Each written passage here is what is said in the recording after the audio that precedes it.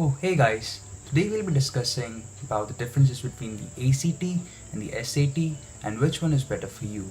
I've given both of them and I feel both of them are tailored for different types of people. Though the difficulty level is same, so let's dig in and find out what it is. The best way to find out which test is better for you is by giving both the tests. I've given the links of both the tests in the description down below.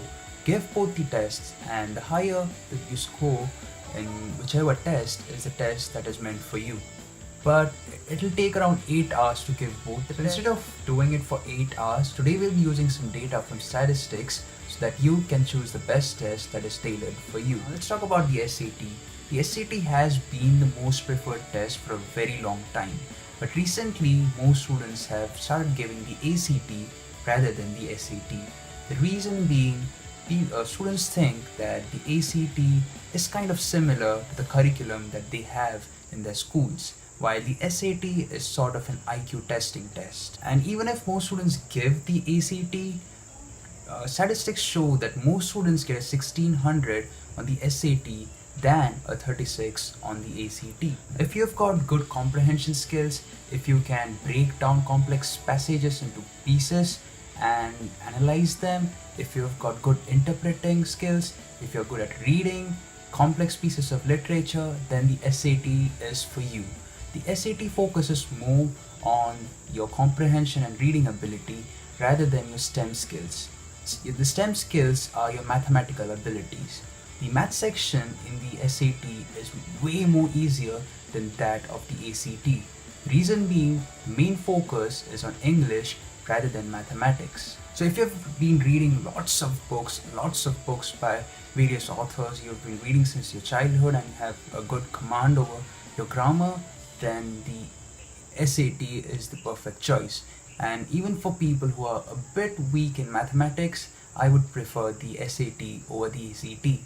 So on a relative basis, though the English section in the SAT is way more tougher than that of the ACT, the math section compensates for the tough English session.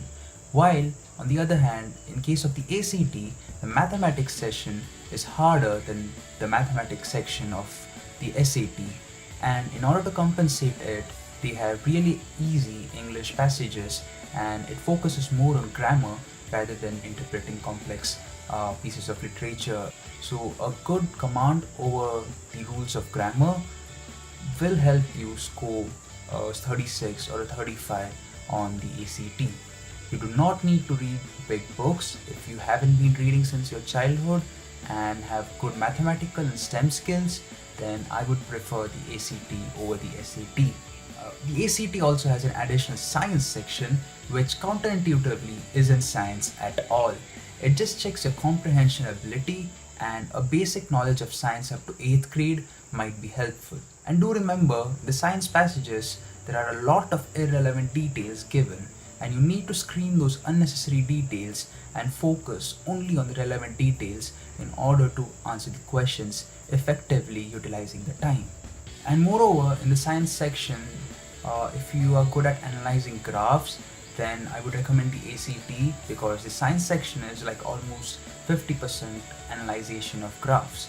And if you can understand basic graphs, like for example time and distance or production and time, then it shouldn't be a big deal for you. As far as time is considered, you need to be quick in case of ACT, but you are allowed to be a bit slow as far as the SAT is considered.